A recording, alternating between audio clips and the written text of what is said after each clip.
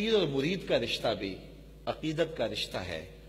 اس معاشرت کے اندر یہ پیری مریدی کا جو کلچر ہے، اس میں پیر کوئی اور مخلوق ہو گئی ہے اور مرید کوئی اور مخلوق ہے، اور اس میں جس طرح مرید کی تذلیل کی جاتی ہے وہ کسی سے مخفی نہیں ہے۔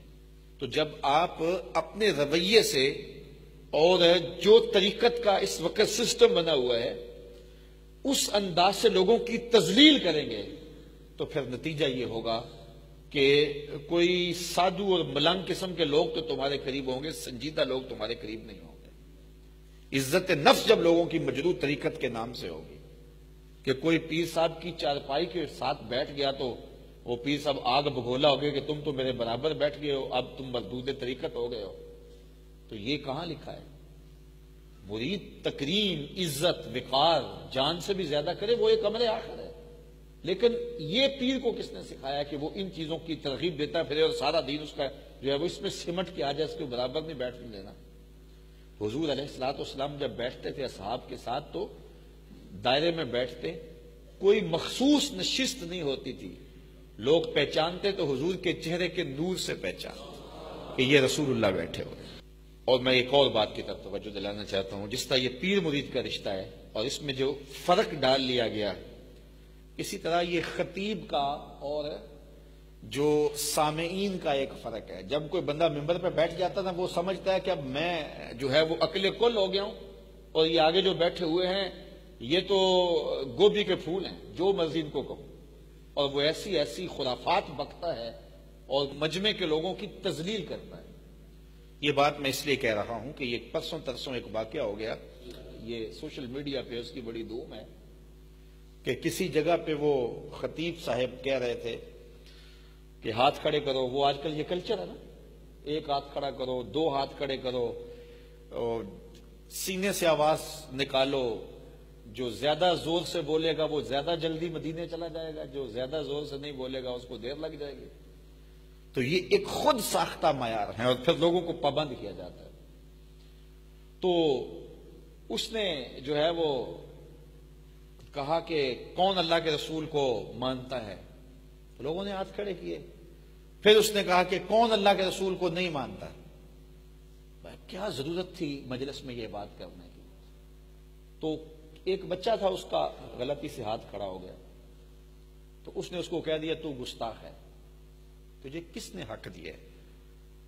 ان اللہ تجاوز عن امتی الخطا والنسیان وما استکرہوا، اللہ نے اس امت پر 3 چیزیں معاف کی ہیں: خطا، جو غلطی لگ جائے، جو بھول ہو جائے، اور جس پر مجبور کیا جائے۔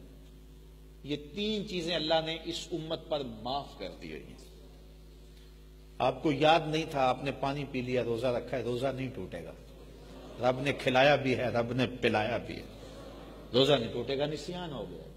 اسی طرح خطا ہے، اسی طرح جو ہے وہ مجبور کر دیا گیا، گن پوائنٹ پہ کوئی کام کروایا گیا۔ یہ 3 چیزیں اللہ نے اس امت کے لیے معاف کر دی۔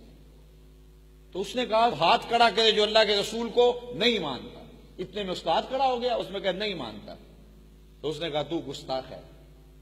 تو اب اس نے اپنا ہاتھ کاٹا اور وہ ٹرے میں ڈال کر کے مولوی صاحب کو بھیج دیا۔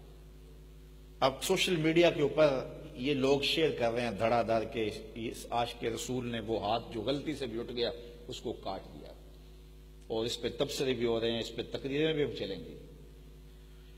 لیکن میں کہتا ہوں اس مولوی نے کتنی زیادتی کی ہے، کتنا ظلم کیا ہے۔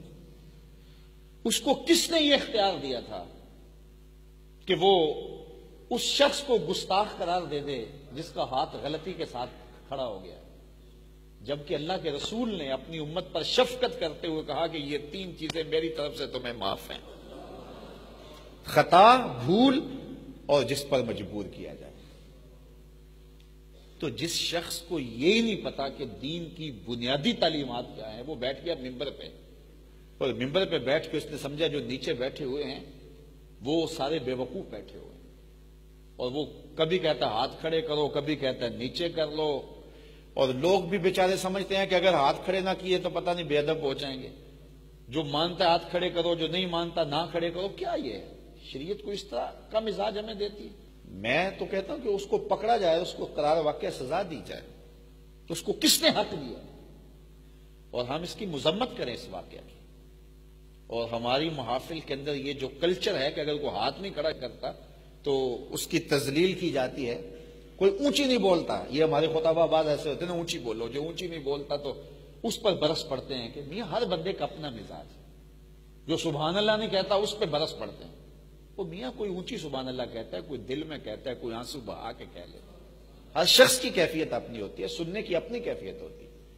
پھر دوسری بات یہ ہے کہ تیرے میں طاقت ہو تو اندر سے سبحان اللہ نکلے گی، کہنے کی ضرورت ہی نہیں ہے. شاعر کی نوا ہو کہ مغنی کا نفس جس سے چمن افسردہ ہو وہ باد سحر کیا. یار باد سحر چلے تو صحیح، پھول خود کھلتے ہیں.